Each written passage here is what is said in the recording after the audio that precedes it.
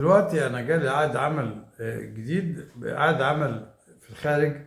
العقد دوت بوظيفة سواق، بس بيشترط الحصول على رخصة درجة تانية.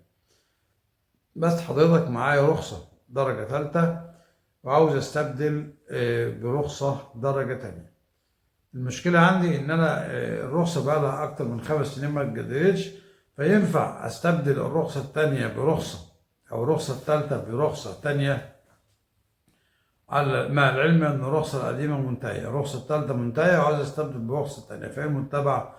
فبنقول لا يشترط قانون المرور ان حضرتك الرخصة تكون سارية عشان تستبدل من تالتة لتانية. اهم حاجة ان المدة البينية تكون تمت. ليه المدة البينية؟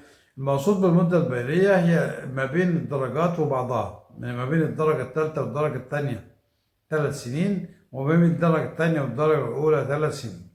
فأهم حاجة تكمل المدة البينية ما بين الرخصة التالتة والرخصة التانية. كملت 3 سنين ما بين الرخصة التالتة والتانية، مفيش مشكلة إنك تخش تمتحن أو تدخل تمتحن وتاخد رخصة تانية أو درجة من تانية الأولى، تكمل 3 سنين. أهم حاجة وفقا لقانون مرور الأحداث التنفيذية إن حضرتك تكون كملت 3 سنين ما بين الرخصة والتانية.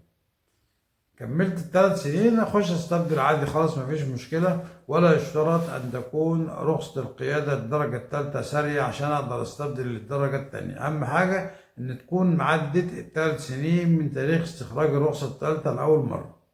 تمام؟